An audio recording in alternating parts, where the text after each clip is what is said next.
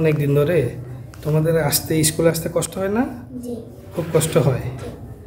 এই বর্ষাকালে আসলে এই পানির এই দুর্ভোগ। তুমি কোন ক্লাসে পড়ো?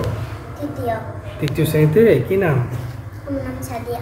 আমি জান্নাতি বেগম, চরেন্দ্রিয়া সরকারি প্রাথমিক বিদ্যালয়ের প্রধান শিক্ষক। জি। আমাদের এই যে বিদ্যালয়ের মাঠ প্রায় 6 বছর ধরে 3 থেকে 4 মাস জলবদ্ধ থাকে। মাঠে কোনো বাচ্চারা খেলাধুলা করতে পারে না, আবার ঠিক মতো স্কুলেও আসলেও তারা মাঠে নামতে পারে না। আমরা তাদের কোনো কাজ জাতীয় সঙ্গীত পড়াইতে পারি না, সমাবেশ করাইতে পারি না 3 মাস থেকে 3 মাস পর্যন্ত মাঠে। স্কুলের পরিবেশটা কেমন থাকে তো ওই সময়? এই সময় স্কুলের পরিবেশটা তো যদি পানি থাকে তাহলে তো ভালো থাকে না। বর্তমান অবস্থা তো দেখেনি যে অবস্থা আছে।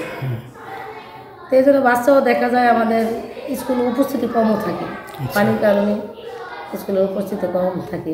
প্রায় 3 মাস পর্যন্ত এরকম পানি থাকে, প্রতি বছরে 3 থেকে 4 মাস পানি থাকে।